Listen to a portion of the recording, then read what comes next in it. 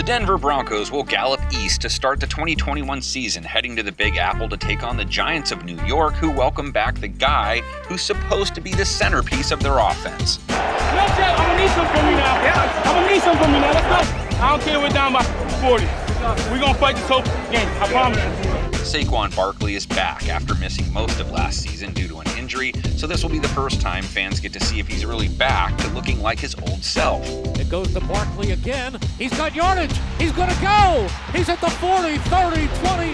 Saquon Barkley with a huge 68-yard run. Denver did not handle ball carriers well at either, so Saquon could have himself a day. 4.8 yards per carry allowed. Only 3 teams gave up a higher figure than that, and no significant changes were made to their front 7. Here's Jacobs on a cutback hole, 20, on his feet, 10, 5, end zone, jackpot, baby! The biggest change Denver made to its defense made to its secondary. First-round pick, number 9 overall, Patrick Surtain II, making his NFL debut at cornerback. That was Patrick Surtain II. Ooh! They are extremely high on Surtain. It will also mark the first time we see Kyle Fuller in orange and blue. Okay, that's not true, but in this shade of orange and blue in a regular season game. And better timing you couldn't see from Kyle Fuller on his interception here. Denver's other corner is also new, Ronald Darby, coming off a fine 2020 campaign. And he does a great job of just seeing the route, being decisive, putting his foot in the ground and driving on that ball. All those new faces could get some needed help up front. Pressuring the QB is a good way to stop passes, and Von Miller is pretty good at that, and he's back after missing 2020 as well. Keep our foot on their neck. Paired with Bradley Chubb, it could make for a frantic day for Daniel Jones. And there's Bradley Chubb with a huge shot. I told you what! 6th sack. Danny Dimes had a tough time dropping all those shiny coins due to all the duress he was under, and he could be under plenty again in this game. His O-line is mostly the same group that was ranked 31st by PFF. You want to be able to get rid of the football. There are many people who are responsible for this one, but that's a quarterback sack. But they are young, so there is hope that experience will equal improvement.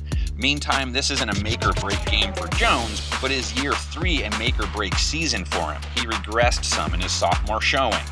Jones steps up and fires, and it's picked off!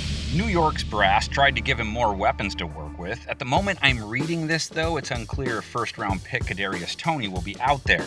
But their big free agent signing should be Kenny Golladay trading one shade of blue for another. Oh, Kenny Golladay, you want something?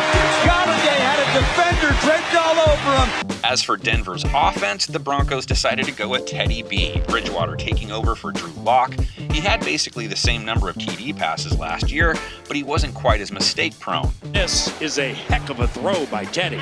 Fade back right of the end zone, touchdown. He's got one of the younger, more promising group of pass catchers in the league, too, so the Giants' defense won't have an easy time Sunday. Just threw a strike to Judy on the run. Throws a deep ball left side. Patrick goes up. Touchdown, Denver. 6'4", and he's able to stretch out and make a heck of a play. Throws the ball middle of the field. Nice throw and nice catch there. Noah Fant. The Broncos will be up against a pass defense ranked in the middle of the pack last season, but they did pick up Adoree Jackson. Speaking of that, tell them about the do-rag. What's underneath the do-rag? Y'all see do-rag. Tell them what's underneath this do-rag. Tell them about the do-rag, dog. Another do-rag. The boys in blue were much more formidable up front, where they finished in the top 10 in yards per carry allowed, and most of the beef up front responsible for that figure is back. Hey, you a load, boy. You a load. That's a big-ass dude, boy. That will make it tough on Melvin Gordon, who takes over as the featured back, no longer having to split carries with Phillip Lindsay, Gordon coming off one of his best seasons. 3rd down and 3. Big hole here for Melvin Gordon. He's into Chiefs territory. These two teams are in a very similar spot in their trajectories, so getting off to a 1-0 start will carry some weight when it comes to momentum. Who do you think pulls it off? It's time for you to get in on the action, get your analysis and projections into the comments section.